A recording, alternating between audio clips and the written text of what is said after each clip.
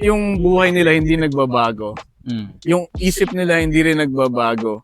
Kasi sa Pilipinas, you work 9 to 6. Okay, kasi may sahod doon, I feed my family or I feed myself. Pagdating dito, ganun na naman. Yeah. But with a higher value.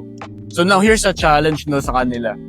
Kunwari nawala yung pass mo dito sa Singapore. With that same mindset na 9 to 6 pa din, with a bigger value, tapos napauwi ka sa Pinas, kaya bang i-sustain ng 50,000 per month mo sa Pilipinas yung higher Lifestyle. value na lifestyle mo? Which is, I feel that Filipinos will have to have that shift, no, na ang Yeah. income nila, they should treat it as a capital. They should. Kasi builder nga, di ba? Yes, exactly. So, ngayong nasa nasa abroad ka na and you're earning more, that money, dapat may nakaset aside para sa capital. So by capital, it could be a capital for business. O Yeah. pag uwi mo sa Pinas, magtayo ka ng negosyo. Or capital for a new property. Yeah. Tapos parentahan mo, passive income.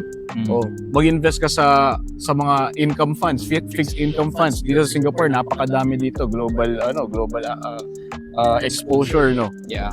Passive income na naman. Yeah. So your salary should be treated as a capital to build Correct. wealth. Yeah. You know, hindi yung pang-build ng street cred, no? Wow, I'll post something on social media. I've got a brand new BYD, yung mga Yeah. ganon.